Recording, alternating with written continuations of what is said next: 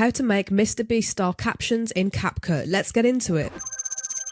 Start by right-clicking your audio, then select Generate Captions. Give CapCut a moment to generate these, and then you will see the captions appear in your track here. I'm just going to change the colour of mine for the moment so that we can see them. Now with Mr. Beast captions, he tends to have 2 to 3 words on each caption, so I'm going to go through each of these just to check that we have 2 to 3 words.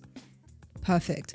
If yours don't have 2 to 3 words, you can select the captions, come up to captions, and here you can edit these. Say for example, if you want this to be across 2 lines, you can press enter on your keyboard and it will make it a new caption on its own line. I'm just going to undo that for the moment. You can also come into here and check if anything is wrong. So here it spelled the word wrong, so I'm going to change this to style and then just click out of that to complete that. Next, we need to customize the font to make it look like the Mr. Beast font. So select all of the captions, come into text, then come down to font, click into the drop down, and the font that we're going to use for this demo is Kamika Axis. This is the closest font that I can find to Mr. Beast. Now to make this look more Mr. Beast style, we can come and click into a preset, and this first one with the white colour and the black outline is perfect. You can also then come down to the stroke of this and make it thicker or thinner to suit what you want for your video. I'm going to make mine quite thick.